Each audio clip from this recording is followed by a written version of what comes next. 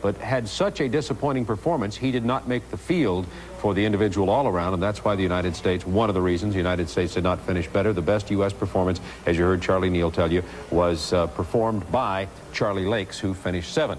And we've talked about a special night tonight, Marianne, and that is your interview with the cosmonauts. We showed you a segment of that, the 2 Soviet cosmonauts who were circling. At the age of 23, he is considered to be the best gymnast in the world, male gymnast anyway, also a very busy father. I asked him what he considered to be his strong points. It was difficult for me to compete in all the events. My best events were the rings and the horizontal bars. You are such a good overall athlete. How do you manage to be so good at, it seems, everything, and also keep such a good family life?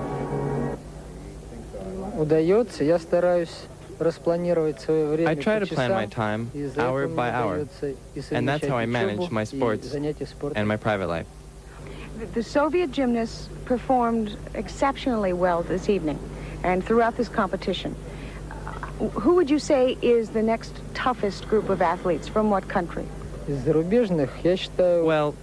the foreign ones, I think the best was the great Korean Lee Chan-hun. There have been some athletes complaining about the conditions that they were performing in, the equipment, that things were not up to standard, were not as good as perhaps they should have been. Did you find that to be the case? For the best gymnasts, the conditions were bad. For the good gymnasts, all conditions are good. Well, Yuri is certainly a confident gymnast, it's, that you could put it mildly. It was interesting tonight, one thing I did note, Bob, that there were, in the last couple of nights of competition, an awful lot of injuries we've seen during this competition, and several major falls, major league falls. And there has been some griping among some of the gymnasts that perhaps the mats are not right or the bars are not right, and that is, you know, hurt them in their competition. But Yuri is just a sight to watch, as you just saw. Just awesome. Tomorrow, we hope to go to see some figure skating. It is the hottest ticket in town. I understand some of our own people covering the event had trouble getting in tonight because it was so busy, so packed with people. So we hope to be talking tomorrow night with Tiffany. To score high on the equipment and the mats, and I was using the same ones that everybody else was. Yeah, indeed. Thought it was an interesting comment. Thank you, Marianne. We're going to be coming back in just a moment and rejoining Kurt and Peggy and Peter. Conditions at the gymnastics competition. However, we're going into the 3rd night now, and the men should be adjusting a little bit better. We'll be checking out to just see how they fare. Let's go to Charlie Neal, Kathy Johnson, and Bart Connor at the indoor stadium at the Olympic Sports Complex. We're back at the Olympic Sports Complex, which is about 3.5 miles from our broadcast center to Stonkano. Tonight, the final competition in men's gymnastics. Today, we'll be seeing the individual apparatus finals, in which the top 8 gymnasts from each event in Sunday's team competition will perform. Bart Connor, an '84 gold medalist, is with us. And Bart, we're talking about excitement. We'll see some tonight. Oh, it's guaranteed to be spectacular tonight for a couple of reasons. One is that all of these gymnasts will be competing in their specialties.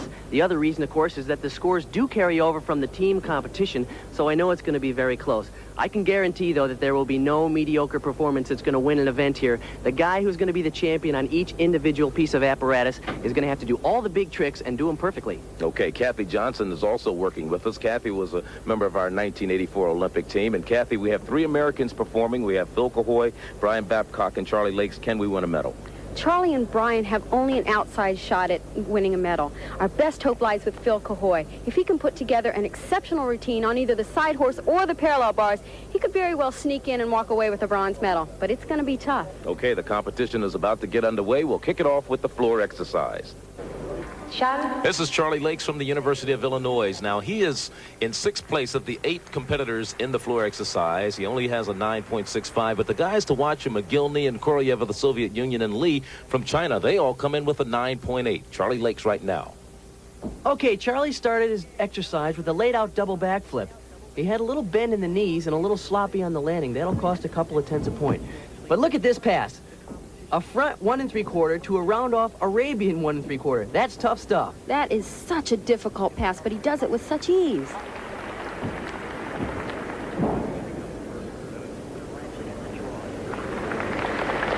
Now Charlie's showing a flexibility requirement and a strength requirement, a press to a handstand, and of course, a balance requirement as he holds the handstand for 2 seconds.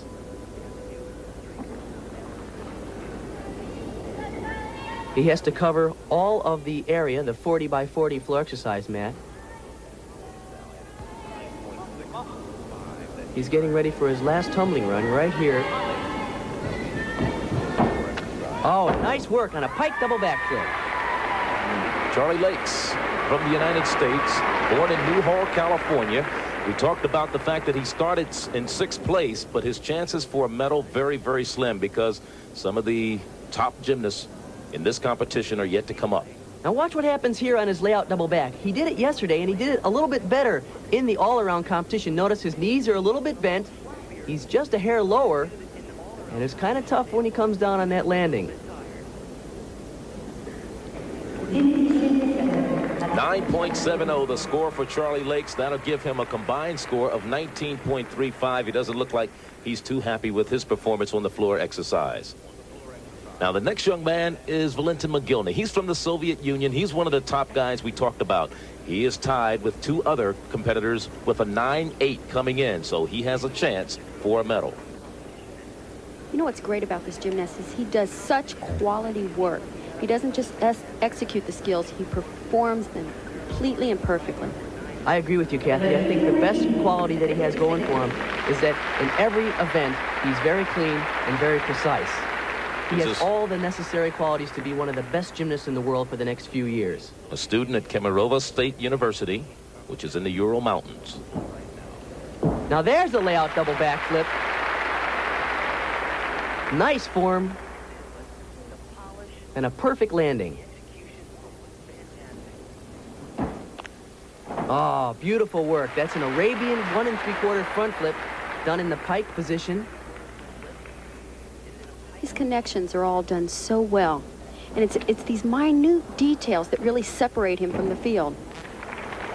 Things like perfect extension, excellent toe point, and look at the virtuosity in these spindle flares on the floor.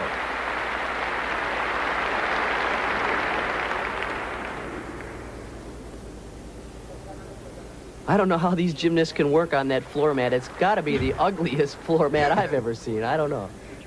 I still haven't quite figured it out. I think it's flowers in the print. Okay, here we go for the last tumbling run. Tuck double backflip. 1 step on the landing, but otherwise a perfect exercise. Valentin McGillney, he's from the Soviet Union, had the 2nd best score of all competitors in the team competition. Let's watch part of his routine on the floor once again. Okay, here's the layout double backflip.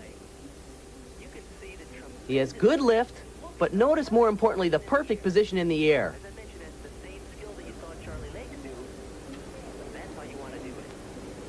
So we await the score for Valentin McGillney from the Soviet Union.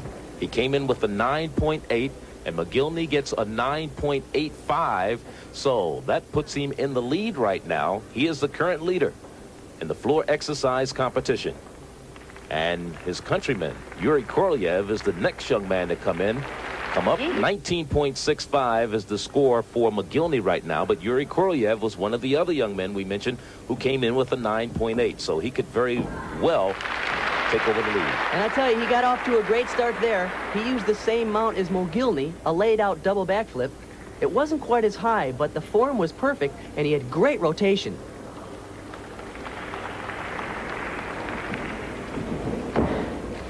Oh, what a great second tumbling run. It's a handspring to a double front flip.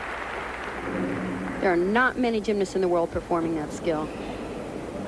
There's the flares up to a pirouetting handstand. And a side somersault.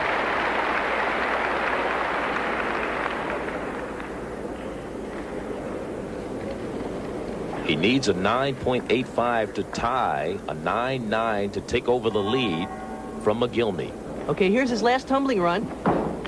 Okay, he does a tuck double somersault. Now, the other day, he used a laid-out double somersault at the end, and he stung his ankles on the landing. So I think he watered back just a little bit. Unusual for Korlev. There's the handspring double front. Look at that. That is tough. It's hard to see the ground when you're flipping forward. It's much easier when you're flipping backward to get a good look at the ground before you actually land. And he's been the top gymnast so far in this competition, and I'm sure he'd like to walk away with some medals today. How would you rate this performance? Well, I don't know if I'd get stuck having to guess at a score on this, but you don't want to be a judge, right? 9.9, there it is, so I guess he's got it. He's taken over the lead, 9-9. We said he needed a 9.85 to tie McGillney. 9.9 gives him the lead, but yet there's still another young man who's coming in with a 9.8, and that's the young man from China, Li Shung-shung. 19.70, and right now Yuri Korolyev is in the lead. This is Li Shung-shung of China.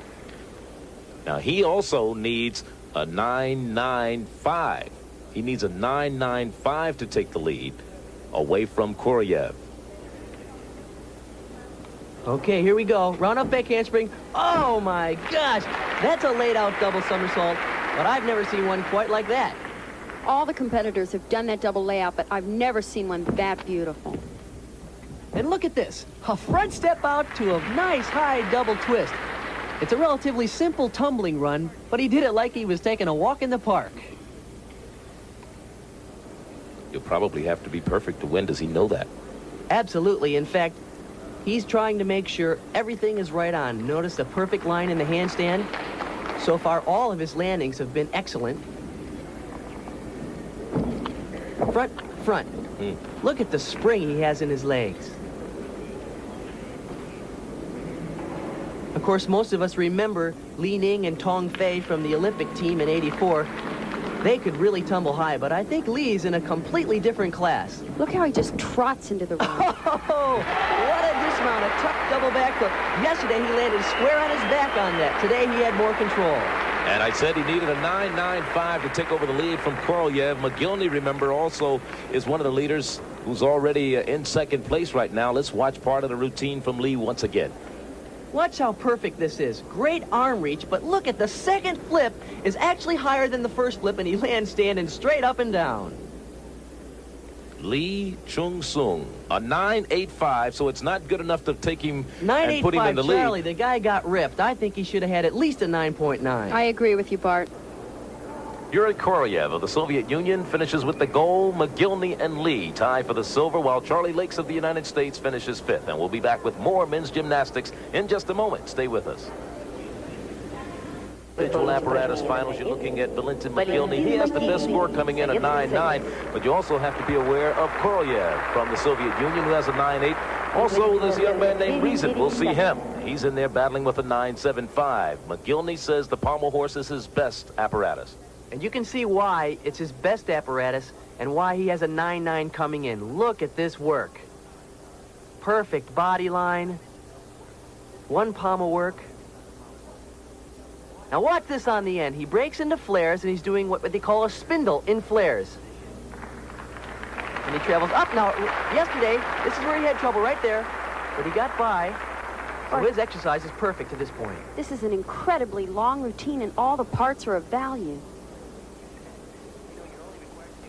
Okay, flares to the end, and a handstand. That's your guy right there. Valentin McGillney, Soviet Union. Quite a performance, coming in with a 9.80. Now watch the extension. The most important thing to notice here is how high his hips are above the horse.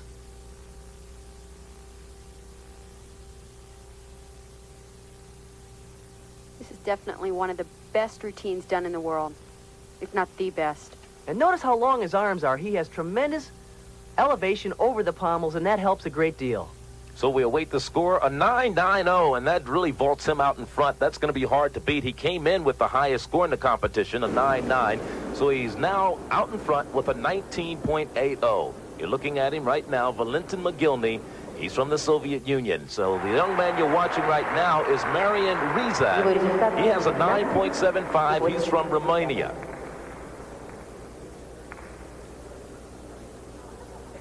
Okay, now Rizan is doing longitudinal travels, but notice the difference. There's not quite the same extension that you'll see in McGillney. He really uses pure strength rather than technique. And he seems to be bending his knees on the circles. The rhythm is a little choppy. The scissors aren't very high. But I'll tell you, he's doing every trick in the book. You got to hand it to him there. Marian Rizan, the 19-year-old Romanian, coming in with a 9.75, a perfect 10, would keep him about 5/100ths of a point behind our current leader, McGillney. But his best hope right now is to get a high enough score to even come up with a medal.